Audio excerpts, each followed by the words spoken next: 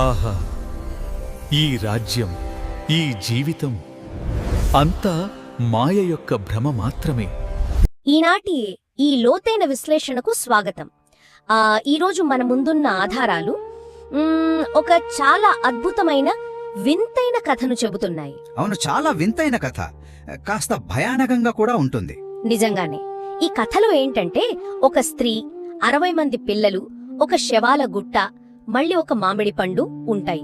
వీటితో పాటు మనందరికీ తెలిసిన ఆ ప్రసిద్ధ ముని నారదుడు కూడా ఉన్నారు. వినడానికి ఇదేదో విచిత్రమైన ఫ్యాంటసీ నవలలా అనిపిస్తుంది కదా? ఖచ్చితంగా. కానీ దీని వెనుక దాగి ఉన్న అర్థం చాలా లోతైనది.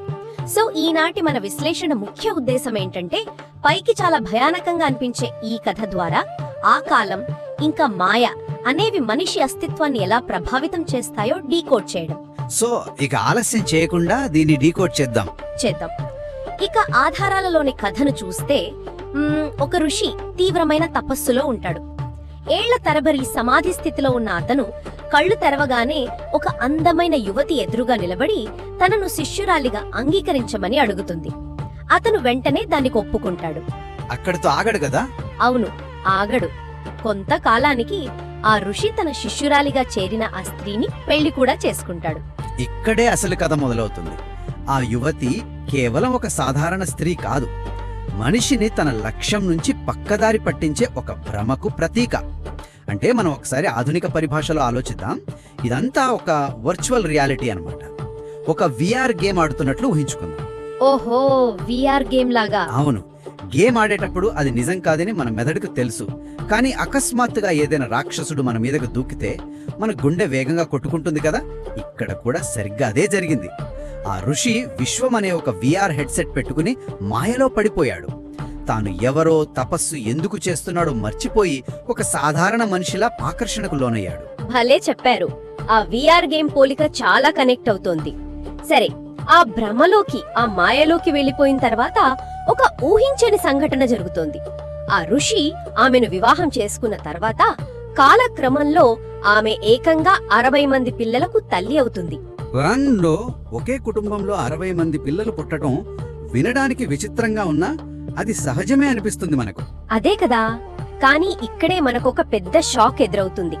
ఆ 60 మంది పిల్లలు మరియు ఆమె భర్త అయిన ఆ ఋషి అందరూ ఒక్కసారే ఒకే క్షణంలో మరణిస్తారు. అదెలా సాధ్యమంటావు? నాకు అదే అనిపించింది. ఒకేసారి పుట్టటం, కుటుంబం మొత్తం ఒకే సెకండ్లో తుడిచిపెట్టుకుపోవడం అనేది లాజిక్కు ఏ మాత్రం అందడం లేదు. ఇదసలు అసాధ్యం కదా. పైకి చూస్తే అసాధ్యంగానే కనిపిస్తుంది. కానీ మనం ఇక్కడ లాజిక్ను కాదు, సింబాలిజంను వెతకాలి. ఒక కుటుంబంలో పిల్లలు పుట్టడం, పెరిగి పెద్దయిన తర్వాత వృద్ధాప్యంలో మరణించటం సహజమైన మానవ జీవిత చక్రం. కానీ 60 మంది పిల్లలు ఒకే క్షణంలో కన్నుమూయడం అనేది ఒక సాధారణ కుటుంబాన్ని సూచించడం లేదు. అంటే దాని వెనుక వేరే అర్థముందంటారా? అవును, ఇదొక నిగూఢమైన ప్రతీక. మన ఆధారాల ప్రకారం ఇది కాలాన్ని ఒక కుటుంబంగా ఊహించుకుని చెప్పిన కథ.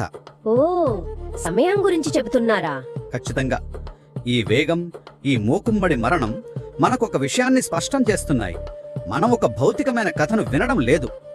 సమయం ఎలా ఒక చక్రంలా గిర్న తిరిగిపోతోందో, పుట్టుక మరియు మరణం అనేవి ఒక పెద్ద కాలచక్రంలో ఎంత వేగంగా సంభవిస్తాయో ఇది సూచిస్తోంది.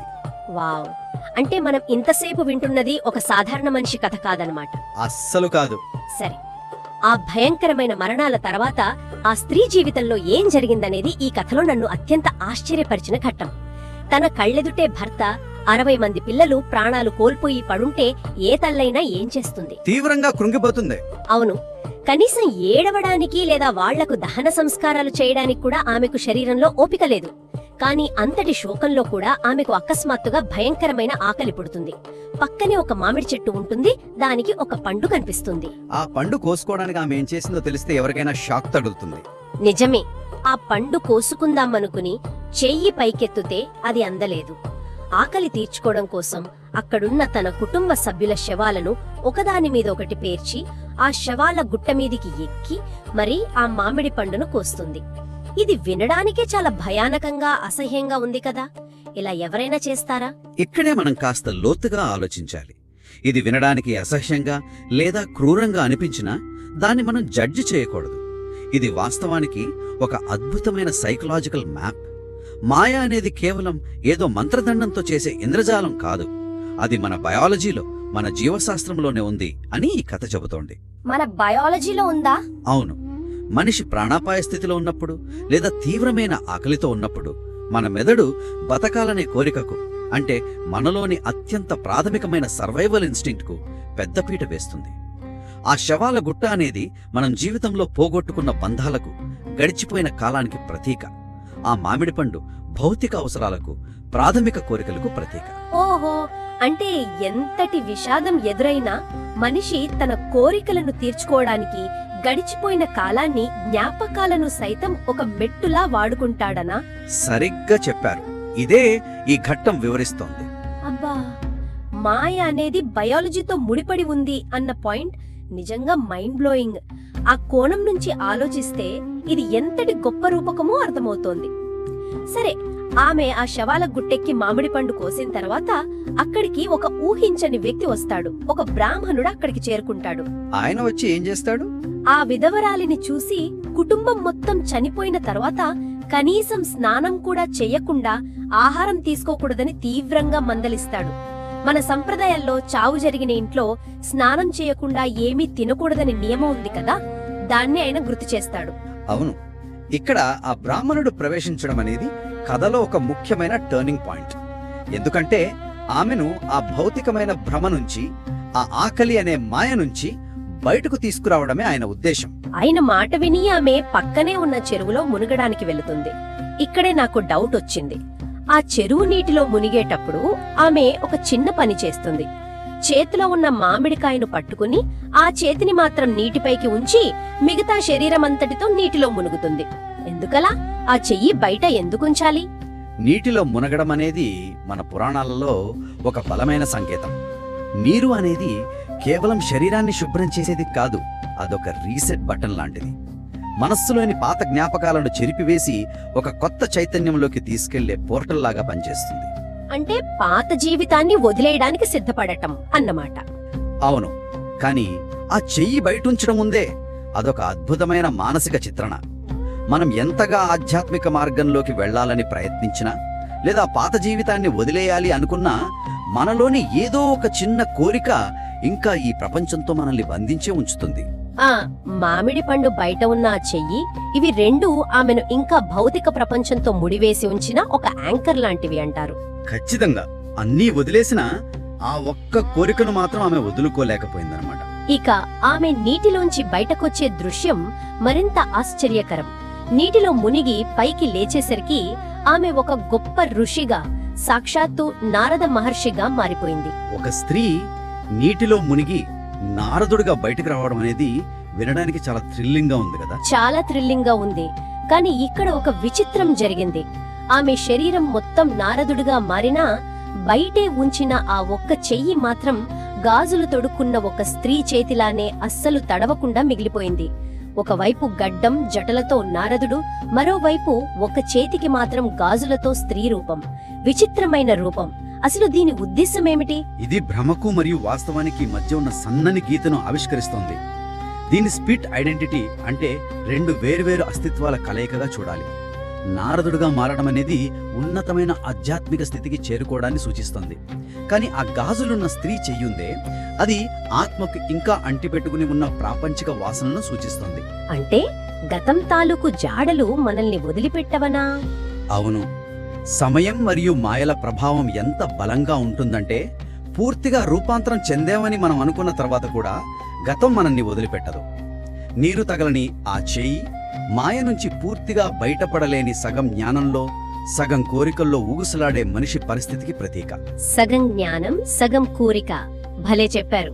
సరే, ఆ సగం మారిన రూపంతో ఉన్న నారదుడి దగ్గరకు ఆ ఒడ్డున ఉన్న బ్రాహ్మణుడు వస్తాడు కదా. ఇక్కడే మనకొక బ్రహ్మాండమైన ఆహా మూమెంట్ ఎదురవుతుంది. అవును, ఆ బ్రాహ్మణుడు అకస్మాత్తుగా సాక్షాత్తు శ్రీకృష్ణుడిగా మారిపోతాడు కదా. ఖచ్చితంగా. కృష్ణుడు ఆ సగం రూపంలో ఉన్న నారదుణ్ణి చూసి తన శరీరాన్ని పూర్తిగా నీటిలో ముంచుమని ఆదేశిస్తాడు. ఆ మాట విన్న వెంటనే నారదుడు తన చేతిని కూడా నీటిలో ముంచుతాడు. అప్పుడు ఆ స్త్రీ చెయ్యి కూడా పూర్తిగా మగవాడి చేతిలా మారిపోతుంది. ఆ చేతిలో ఉన్న మామిడి పండు గురించి కూడా చెప్పాలి. అవును, ఇన్ని అనర్థాలకు కారణమైన ఆమె తన చేతిలో గట్టిగా పట్టుకున్న ఆ మామిడి పండు కాస్త అద్భుతమైన నాదాలు పలికించే ఒక సంగీత వాయిద్యంగా అంటే వీణగా మారిపోతుంది. ఇక్కడే మనం అసలు సత్యాన్ని డీకోడ్ చేయాలి. చేతిలోని పండు వీణగా మారడం ఒకెత్తైతే, ఇన్నాళ్ల ఆ స్త్రీ జీవితంలో జరిగిన ఆ నాటకం వెనుకున్న అసలు అర్థమేమిటో కృష్ణుడు వివరిస్తాడు. అవును, ఇక్కడ కృష్ణుడు చెప్పే రహస్యం వింటే ఎవరికైనా గూస్ బంప్స్ వస్తాయి. ఇన్నాళ్లు ఆమెకు భర్తగా ఉన్నది ఒక సాధారణ ఋషి కాదు, అతను కాలపురుషుడు, అంటే కాలానికి ఒక రూపం. ఇక చనిపోయిన ఆ 60 మంది పిల్లలు ఎవరో కాదు, వారు మనుషులు కారు. వాళ్ళు ప్రభవ విభవ లాంటి 60 సంవత్సరాలు కదా. అవును, మన సాంప్రదాయ ఉగాది క్యాలెండర్ ప్రకారం ప్రతి ఏడాది మారే 60 తెలుగు సంవత్సరాలే ఆ పిల్లలు. నాకైతే ఈ విషయం చదివినప్పుడు నిజంగా మతిపోయింది. అది సహజమే, ఎందుకంటే ఇక్కడే డాట్స్ అన్ని కలుస్తాయి. మన సాంప్రదాయ క్యాలెండర్ ప్రకారం కాలం అనేది ఒక సరళ రేఖలాగా తిన్నగా వెళ్ళదు, అదొక చక్రం. ప్రభవనామ సంవత్సరంతో మొదలై అక్షయనామ సంవత్సరంతో ఒక 60 ఏళ్ల చక్రం ముగుస్తుంది. 60వ సంవత్సరం పూర్తవగానే మళ్ళీ కొత్త చక్రం మొదలవుతుంది కదా. అవును, ఆ 60 మంది పిల్లలు ఒకేసారి చనిపోయారు అన్నది దీనికే సంకేతం. అంటే ఒక యుగం లేదా ఒక కాలచక్రం ముగిసిపోయింది. కాలపురుషుడు తన 60 సంవత్సరాల చక్రంతో ఎలా నిరంతరం గడిచిపోతుందో ఈ కథ చాలా స్పష్టంగా కళ్లకు కట్టినట్లు చెబుతోంది. అంటే కాలానుగుణంగా మన బంధాలు ఎలా పుడుతూ చనిపోతూ ఉంటాయో ఇందులో ఉందన్నమాట.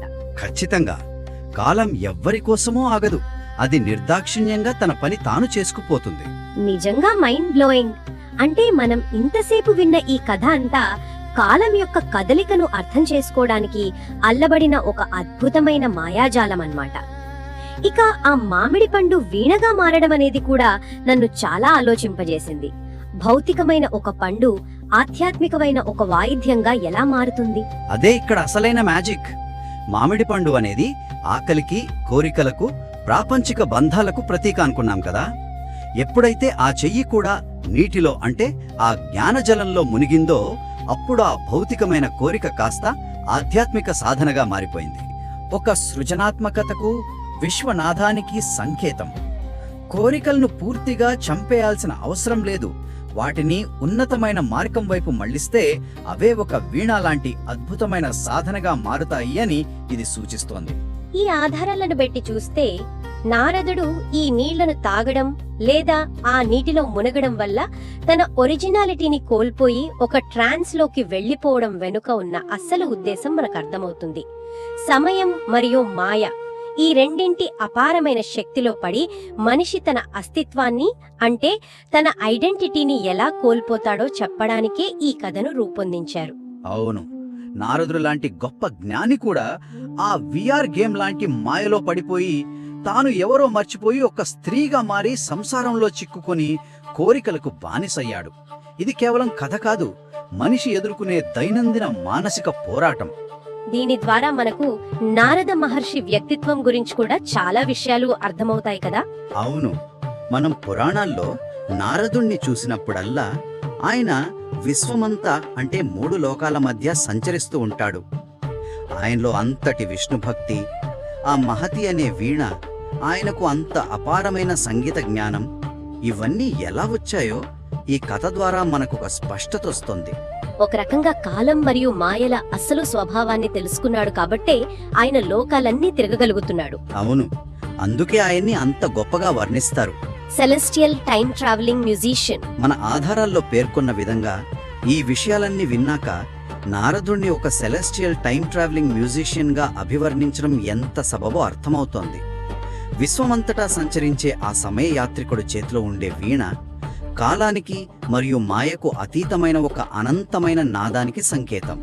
కేవలం ఒక వింత కథలా మొదలైన ఈ ఆధారాలు చివరకు మనిషికి, కాలానికి మరియు మాయకు ఉన్న విడదీయరాని సంబంధాన్ని అద్భుతంగా వివరించాయి కదా. అవును, ఒక స్త్రీ, ఒక మామిడి పండు, ఒక శవాల గుట్ట, ఇవన్నీ మన రోజువారీ జీవితంలోని భ్రమలకు, కాలక్రమంలో మనం కోల్పోయే బంధాలకు ప్రతీకలే.